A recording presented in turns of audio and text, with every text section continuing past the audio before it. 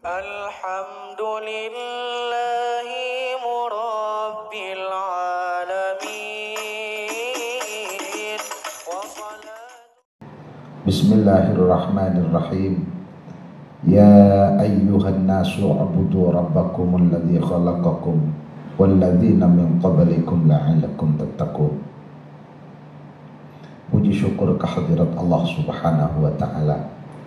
Shalawat beserta salam yang paling indah dan sempurna untuk junjungan Nabi besar Muhammad sallallahu alaihi wasallam, para keluarga dan sahabatnya, untuk kita semuanya yang senantiasa beriman kepada Allah Subhanahu wa taala, beriman kepada Rasulullah sallallahu alaihi wasallam.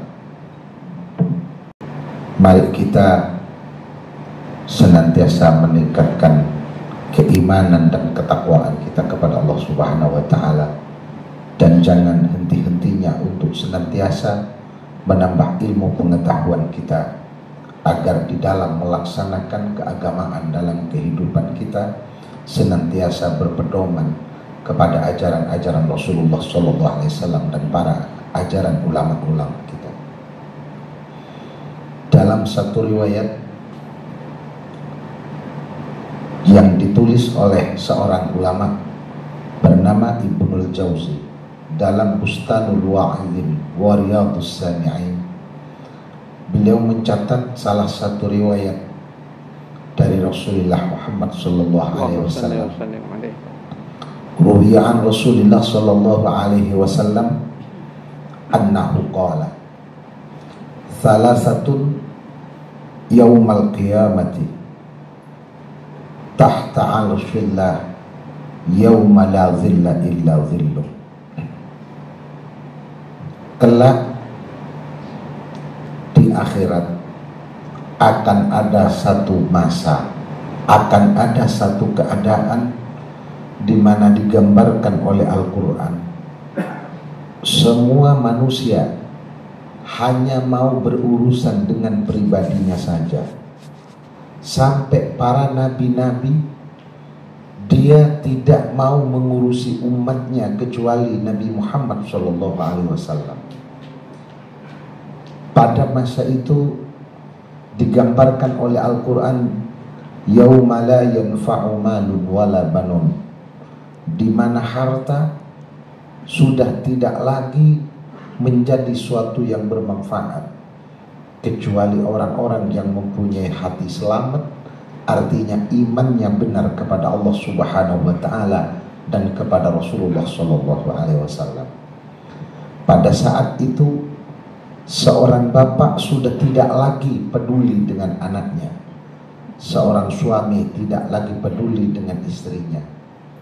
Maka ada orang-orang teristimewa dalam keadaan tersebut yang oleh Nabi Shallallahu Alaihi Wasallam disabdakan ada 3 golongan, di mana pada saat-saat genting 3 golongan tersebut justru mendapatkan perlindungan dari Allah Subhanahu Wa Taala, yang digambarkan ada di bawah arasnya Allah Subhanahu Wa Taala.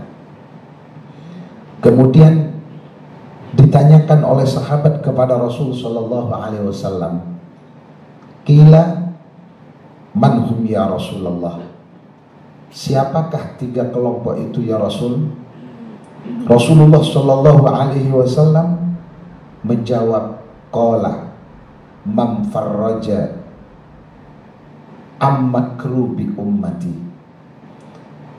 Satu golongan yang pertama yang akan mendapatkan perlindungan, tidak ada kekhawatiran pada saat orang-orang semuanya khawatir dan takut, adalah orang-orang yang ketika hidup di dunia dia suka memikirkan untuk mencari jalan keluar dari tiap-tiap kesulitan orang lain.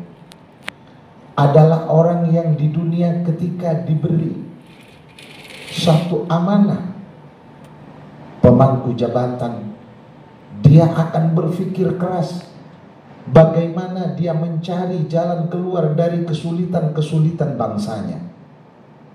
Maka oleh karena itu, ibadah yang paling besar bagi kita ketika kita diberikan amanah untuk memberikan kebijakan oleh Allah Subhanahu wa taala adalah bagaimana kita memberikan pelayanan terbaik.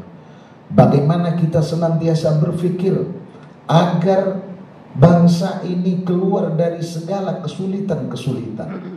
Bagaimana kita berpikir agar bangsa ini menjadi bangsa yang damai, sehingga siapapun ada di dalamnya bisa beraktivitas dengan baik, bisa melakukan kegiatan-kegiatan dengan nyaman, apalagi bisa beribadah dengan damai. Maka siapapun orangnya yang mau berpikir besar seperti itu, maka kelak akan termasuk dalam golongan orang-orang yang mendapatkan perlindungan dari Allah Subhanahu wa ta'ala. Satu saat ketika Syekh Abdul Qadir Jailani dalam munajatnya yang luar biasa, maka dia diberikan satu keistimewaan oleh Allah Subhanahu wa ta'ala, seakan-akan dia sudah masuk surga. Kemudian di dalam surga tersebut oleh malaikat ditanya, "Wahai Tuan Syekh, apakah yang menyebabkan engkau masuk surga? Apakah karena munajatmu yang panjang atau karena zikir-zikirmu yang luar biasa?" Jawab Tuan Syekh, "Bukan. Munajatku hanya menjadi salah satu pendukung. Zikirku adalah salah satu pendukung saja. Yang menyebabkan aku masuk surga adalah lisakhai, karena kedermawananku terhadap saudara-saudaraku." Sejarah mencatat bahwa Syekh Abdul Qadir Jailani selain menjadi wali besar, menjadi ulama besar yang mengajarkan agama kepada umatnya di Mesir, ada salah satu bidang tanah yang dibeli pada saat itu oleh beliau, lalu kemudian dibangun sebuah rumah-rumah petak yang pada saat itu diberikan kepada orang-orang yang tidak mampu untuk membeli, bahkan untuk membuat rumah. Itulah kedermawanan yang diajarkan oleh para pemimpin dan ulama-ulama kita. Kita tahu di dalam sejarah bahwa ada salah seorang Majusi bernama Bahram al-Majusi. Pada saat dia berkuasa dalam keadaan beragama Majusi, dia mendapatkan salam melalui Syekh Abdullah Al-Mubarak dari Rasulullah SAW. Rasul menyampaikan, "Balligh anni salam Bahram al-Majusi." Sampaikan salamku kepada Bahram al-Majusi. Padahal pada saat itu Bahram al-Majusi adalah orang penguasa yang beragama Majusi.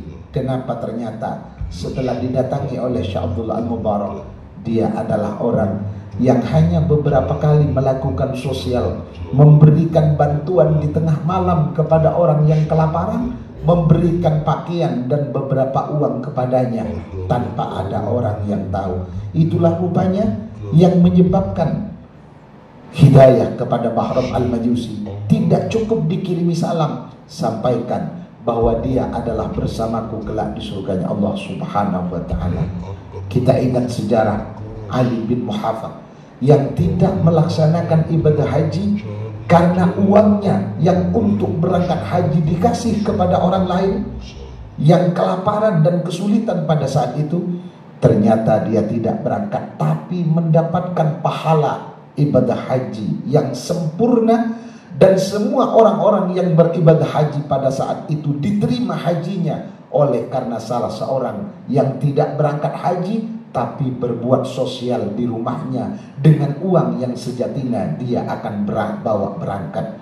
Itulah kira-kira sosial itu luar biasa menyebabkan untuk kita mendapatkan hidayah. Maka pantas kalau kelak orang-orang yang ringan tangan, orang-orang yang selalu terbuka untuk saudaranya, berpikir bagaimana mengentaskan saudaranya dari kesulitan, dan berpikir bagaimana saudara-saudara kita yang tidak mampu untuk melaksanakan pendidikan karena biaya, kita berpikir bersama-sama.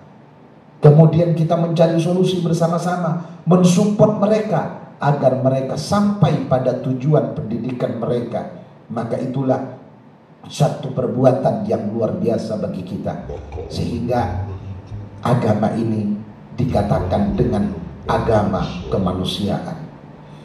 Maka yang kedua, waman ahya sunnati, dan orang-orang yang senantiasa menghidupkan sunnah, artinya mengajarkan keilmuan tentang agama, melakukan transformasi ilmiah tanpa berhenti, didiskusikan dengan baik. Jangan sampai ilmu agama ini menjadi jumut, jangan dibawa ke kanan lalu lari menjadi ke kanan ekstrim, dan jangan juga dibawa ke kiri juga kemudian menjadi ekstrim, menjadi liberal yang ekstrim, tetapi tetap mempertahankan ajaran Ahlus Sunnah wal Jamaah yang diajarkan oleh ulama-ulama kita.